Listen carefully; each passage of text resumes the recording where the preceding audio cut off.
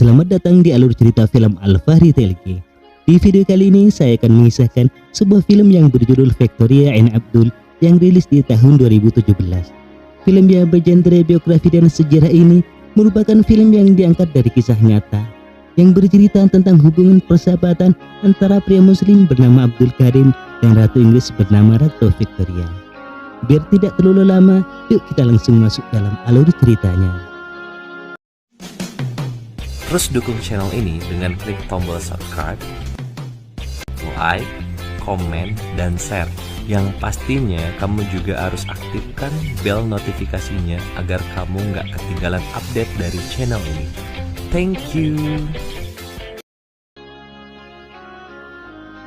Film dibuka pada tahun 1887 di Agra, India. Pada saat itu, India masih di bawah kekuasaan negara Inggris. Di sana hiduplah seorang pria bernama Abdul Karim. Dia bekerja sebagai sipir penjara. Suatu hari atasannya mengatakan pada Abdul kalau pihak kerajaan Inggris sangat puas dengan hadiah karpet yang dikirim dari India. Kemudian Abdul pun diperintahkan pergi ke Inggris untuk menyerahkan muhur atau koin emas kepada Ratu Victoria. Abdul pun kemudian pergi ke Inggris ditemani seseorang yang bernama Muhammad. Sesampainya di Inggris, Abdul dipakaikan seragam resmi yang akan dikenakan dalam acara penyerahan muhur, kemudian diantar ke aula jamuan sang ratu. Sebelum upacara dimulai, Abdul dan Muhammad diberi pengarahan dari petugas istana. Mereka diminta untuk mengikuti seluruh instruksi yang telah diberikan, dan yang terpenting saat akan menyerahkan muhur, Abdul dilarang melakukan kontak mata dengan sang ratu. Beberapa saat kemudian acara pun dimulai. Terlihat para tamu-tamu penting istana mulai berdatangan dan disusun oleh Ratu Victoria. Setelah selesai acara jamuan, tiba waktunya di mana Abdul dipanggil untuk menyerahkan muhur pada sang ratu. Ia pun kembali diingatkan oleh petugas istana agar tidak melakukan kontak mata dengan sang ratu. Namun Abdul yang gugup sampai lupa dengan instruksi petugas istana kepadanya. Kemudian dengan sedikit senyum, Abdul menatap sang ratu dan ratu pun melakukan hal yang sama, menatap balik ke Abdul. Keesokan harinya saat sang ratu sedang makan pagi, Sir Henry membacakan jadwal untuk sang ratu dan dia juga menanyakan pendapat sang ratu tentang muhur pemberian dari India. Mendengar hal itu, sang ratu tidak mengomentari atau mengumi koin itu, namun sang ratu malah terkesan dengan si pelayan yang mengantarkan koin tersebut. Kemudian kepala pelayan menemui Abdul dan Muhammad yang sudah hendak pulang ke India. Sang pelayan mengatakan kalau Ratu Victoria meminta mereka berdua untuk sekali lagi melayaninya. Abdul yang mendengar hal itu pun mau tidak mau mengikuti perintah tersebut. Setelah itu Abdul pun membawa dan mengantarkan sajian makan penutup berupa sebuah puding kepada sang ratu. Setelah Abdul meletakkan makanan di hadapan sang ratu, tiba-tiba Abdul berlutut dalam mencium kaki sang ratu dengan penuh rasa hormat. Kepala pelayan yang melihat Abdul kembali berulah sekali lagi memarahinya. Menurutnya perilaku Abdul sangatlah tidak sopan kepada sang ratu. Berbeda pendapat dengan pelayannya, Ratu Victoria justru sangat terkesan dengan sikap Abdul, sehingga ia pun mengangkat dan menjadikan Abdul sebagai pelayan pribadinya. Di suatu hari Abdul menemani sang ratu di ruangan kerjanya. Abdul yang melihat sang ratu menulis surat, ia pun menceritakan bahwa kesehariannya di India mencatat nama dan kejahatan para nabi. Abdul juga mengatakan bahwa ia yang telah memilih karpet untuk diberikan ke pihak kerajaan Inggris. Kemudian Abdul menjelaskan dengan detail jenis-jenis karpet yang ia ketahui dari orang tuanya. Sang ratu yang melihat kepandaian dan kesopanan Abdul membuatnya semakin tertarik kepada Abdul. Di kamar, Muhammad yang merasa tidak betah tinggal di sana, ia meminta Abdul agar segera berhenti bersikap ramah kepada sang ratu, agar mereka bisa kembali pulang ke India. Keesokan harinya, Abdul kembali bercerita kepada sang ratu tentang negaranya dan tentang asal muasal Taj Mahal. Di sini Abdul juga bercerita tentang belian Kohinoor yang diambil paksa oleh prajurit Inggris dari bangunan bersejarah mereka. Dengan hal tersebut, ratu pun terlihat sangat terkejut karena ia memiliki bros yang terbuat dari berlian itu. Tak hanya itu, Abdul juga menceritakan tentang kekayaan hasil bumi di India. Ia berharap suatu saat nanti sang ratu bisa mengunjungi negaranya. Sementara para petugas istana tidak suka melihat kedekatan Ratu Victoria dengan Abdul, sehingga gerak-gerik Abdul dengan sang Ratu Victoria pun selalu dipantau mereka dari kejauhan. Persahabatan Abdul dan Ratu Victoria semakin hari semakin dekat. Kemanapun Ratu Victoria pergi, Abdul selalu dengan setia menemaninya. Bahkan di pertemuan-pertemuan penting, Abdul selalu hadir di sana. Di suatu hari Ratu meminta Abdul untuk mengajarinya bahasa India. Dengan senang hati, Abdul pun mengiyakan perintah sang ratu. Namun Abdul menyarankan agar sang ratu belajar bahasa Urdu karena dari sekian bahasa di India, bahasa Urdu adalah bahasa yang derajatnya paling tinggi, sebuah bahasa India versi Islam. Sementara di balik pintu ruangan sang ratu, para asistennya dan putra sang ratu yang bernama Bertie menguping percakapan mereka. Ratu yang tahu privasinya diusik, dia meminta untuk pergi ke Glacial Sea, dan ia akan pergi ke sana hanya berdua saja dengan Abdul. Dengan menggunakan kapal kayu, Abdul berserta Ratu Victoria pun diantar ke Glacial Sea. Dan sesampainya di sana, Ratu bercerita tentang dirinya yang bosan dengan kehidupannya yang beragenda di istana. Ia juga menceritakan kesibukannya setelah ditinggal mati oleh suaminya 30 tahun yang lalu. Terlebih 9 anaknya tidak ada yang akur. Menjadi ratu bukanlah hal yang mudah baginya. Ada rasa keputusasaan jauh di dalam lubuk hatinya. Mendengar hal tersebut, Abdul menyemangati sang ratu dengan mengatakan isi yang terkandung dalam ayat Al-Quran yang berbunyi, "Kita hadir demi mensejahterakan orang lain." Di momen ini juga Abdul menceritakan dirinya yang merupakan hafiz Quran. Ia juga bercerita tentang ayahnya yang dengan tekun mengajarinya Al-Quran. Menurutnya sang ayah merupakan munsi atau guru baginya. Mendengar hal itu, Ratu pun kemudian meminta Abdul untuk menjadi munsinya.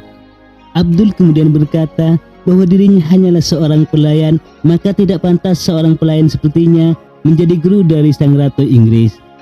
Sang Ratu kemudian berkata, mulai hari ini Abdul bukanlah pelayannya lagi, melainkan seorang guru spiritualnya.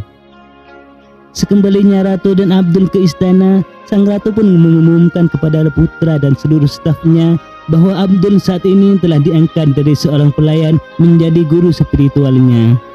Tentu saja sang anak yang mendengar hal itu dengan keras menegur dan menolak kemauan sang ibu. Namun sang ratu tetap pada keputusannya yang kemudian mengangkat Muhammad menjadi staf untuk Abdul. Keesokan harinya Abdul dan Muhammad diajak sang ratu untuk pergi kunjungan ke Florence, Italia bersama dengan orang-orang besar lainnya dengan menggunakan kereta api. Di kamarnya saat Abdul sedang berbincang-bincang dengan temannya, tiba-tiba saja ia melihat benda yang bertuliskan "Do not pull" atau "jangan ditarik". Abdul yang penasaran langsung menariknya, yang ternyata membuat kereta seketika mendadak berhenti. Abdul yang merasa bersalah segera mendatangi kamar sang ratu dan segera mengakui kesalahannya. Namun sang ratu bukannya marah pada Abdul, sang ratu malah memberikan sebuah hadiah berupa liontin yang bergambar Ratu Victoria itu sendiri kepada Abdul. Abdul yang mendapatkan sebuah hadiah terlihat sangat senang dan terharu karena sang ratu begitu menghargainya. Sesampainya di Florence, Abdul bercerita tentang setiap raja di India yang memiliki ruang durbar tersendiri, yang mana ruangan itu dipakai untuk menaruh karya seni dari para seniman. Sang ratu yang mendengar seketika ingin membuat ruangan itu di kediamannya. Abdul juga mengatakan bahwa sang ratu adalah orang yang paling spesial di hatinya, bukan hanya karena seorang ratu dari kerajaan Inggris, tapi juga sebagai maharani di India. Rasa hormat dan kasih sayangnya kepada sang ratu bahkan melebihi rasa sayangnya terhadap istrinya. Sang ratu yang mendengar kalau Abdul sudah memiliki istri terlihat sangat terkejut, sehingga ia pun meminta Abdul untuk segera pulang ke India dan membawa istrinya kembali ke Inggris. Waktu pun berlalu dan Abdul yang pergi ke India saat ini telah kembali ke Inggris. Ia pun membawa sang istri serta mertuanya. Seluruh anggota istana nampak terkejut melihat penampilan istri Abdul yang menggunakan cadar. Tapi tidak dengan sang ratu yang menganggap istri Abdul adalah orang yang sangat bermartabat saat menggunakan cadarnya. Tak lama berselang, Abdul pun kemudian memperkenalkan keluarganya kepada sang ratu.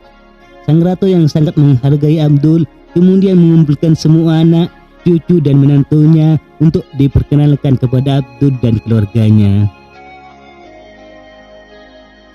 Di hari itu juga sang ratu menunjukkan kepada perdana menteri dan anggota kerajaan lainnya mengenai ruangan Durban yang baru saja selesai dibangun.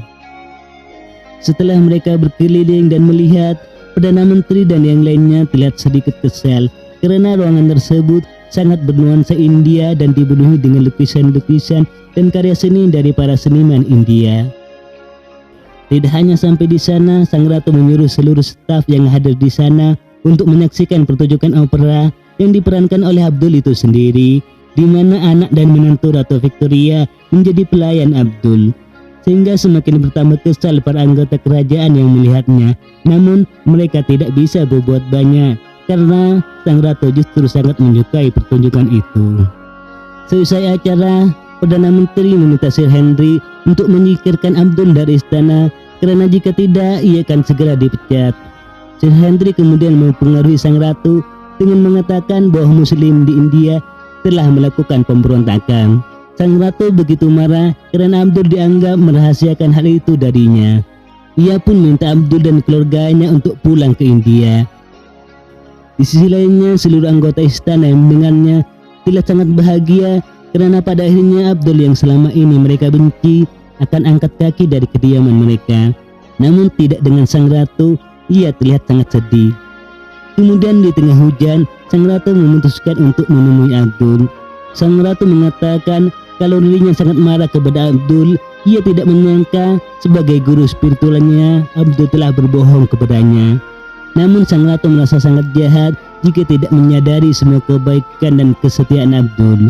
Oleh sebab itu, meski sangat kecewa, sang ratu memutuskan untuk memaafkan Abdul dan berharap Abdul dan keluarganya tetap berada di sana. Di pagi harinya, sang ratu meminta asistennya si Henry memanggil dokter untuk memeriksa kondisi kesehatan istri Abdul. Mendengar hal itu, jelas saja ia sangat terkejut. Sang ratu kemudian berkata bahwa Abdul adalah bagian dari keluarganya yang takkan pernah terpisahkan. Sir Henry kemudian menceritakan hal tersebut kepada Bertie. Bertie yang mendengar terlihat sangat marah. Dia meminta si Henry agar mencari latar belakang dan keburukan keluarga Abdul. Mereka juga menemui Muhammad yang terlihat kurang sehat untuk membantunya mengusir Abdul dari kediamannya. Namun Muhammad menolak karena ia lebih membela Abdul dibandingkan bersekutu dengan anak sang ratu dan staf istana. Sementara Dr. Red yang memeriksa Abdul, ia menemukan bahwa Abdul menderita kencing nanah. Setelah mengumpulkan cukup informasi, mereka kemudian menghadap sang ratu untuk membeberkan latar belakang Abdul. Mereka juga merendahkan Abdul di hadapan sang ratu. Sir Henry berkata bahwa Abdul bukanlah keturunan bangsawan. Ia bahkan tak pernah lulus sekolah. Namun bukannya terpengaruh, sang ratu malah memarahi mereka dan mengatakan kalau ia akan memberi gelar kesatria kepada Abdul. Yang hal itu lagi-lagi membuat seluruh staf istana kesal kepada Abdul. Kemudian mereka berunding serta memilih satu dari mereka untuk maju menemui sang ratu. Mereka ingin menyampaikan penolakan tentang Abdul yang akan dijadikan kesatria, hingga terpilihlah Nona Pim yang maju untuk menyuarakan suara dari staf kerajaan lainnya. Dengan tubuh gemetar dan dipenuhi rasa gugup, ia pun menemui dan mengatakan kepada sang ratu bahwa seluruh staf istana akan berhenti dari pekerjaan mereka jika sang ratu tetap memberikan gelar kesatria kepada Abdul. Setelah mendengar pernyataan itu, sang ratu pun terlihat sangat marah dan untuk sekian kalinya sang ratu kembali murka terhadap para anggota keluarga beserta stafnya.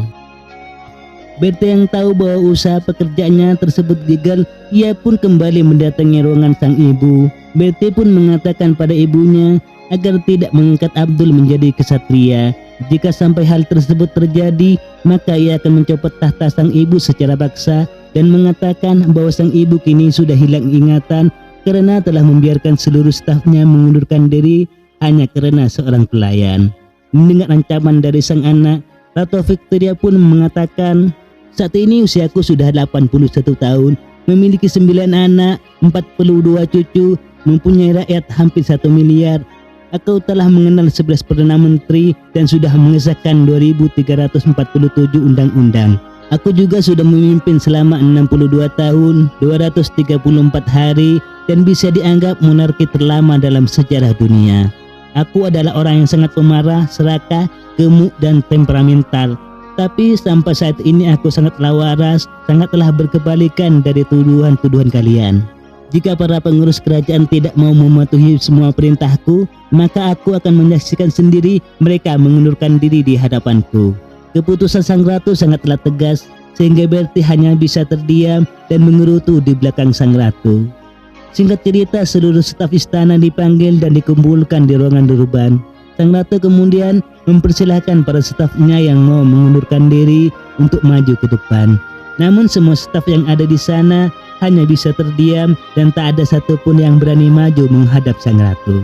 Untuk menyenangkan hati para stafnya, sang ratu memutuskan untuk tidak memberikan gelar kesatria kepada Abdul. Namun, sebagai bentuk penghargaan sang ratu atas pelayanan Abdul kepada kerajaan Inggris, sang ratu mengangkat Abdul sebagai pimpinan dari kerajaan Victoria. Setelah itu, sang ratu kemudian meninggalkan ruangan pertemuan tersebut.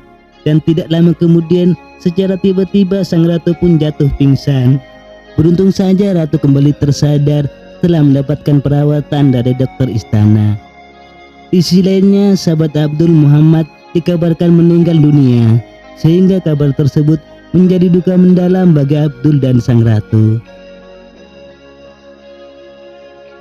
Setelah menghadiri acara pemakaman, di perjalanan sang ratu meminta kepada Abdul untuk pulang ke negaranya. Sang ratu khawatir jika kedepannya dia tak dapat lagi memimpin, maka akan terjadi hal yang buruk kepada Abdul dan keluarganya. Namun Abdul menolak karena ia ingin tetap melayani sang ratu hingga akhir hayatnya. Semakin hari kesehatan sang ratu semakin menurun, ia pun kini sudah tidak dapat berjalan lagi. Hari-harinya ditemani Abdul di atas kursi rodanya, hingga sampai di suatu hari kesehatan sang ratu semakin memburuk. Semua orang berkumpul di kamarnya. Namun bukan anak atau cucu yang ia cari, melainkan Abdul sebagai guru spiritualnya. Di saat-saat terakhir, Abdul membimbing sang ratu untuk melepaskan beban yang selama ini ia pikul dan pergi ke perjamuan abadi. Ratu kemudian mengucapkan selamat tinggal kepada Abdul, dan dengan menangis haru, Abdul pun mengucapkan selamat tinggal pada sang ratu. Beberapa saat kemudian, ratu pun menghembuskan nafas terakhirnya.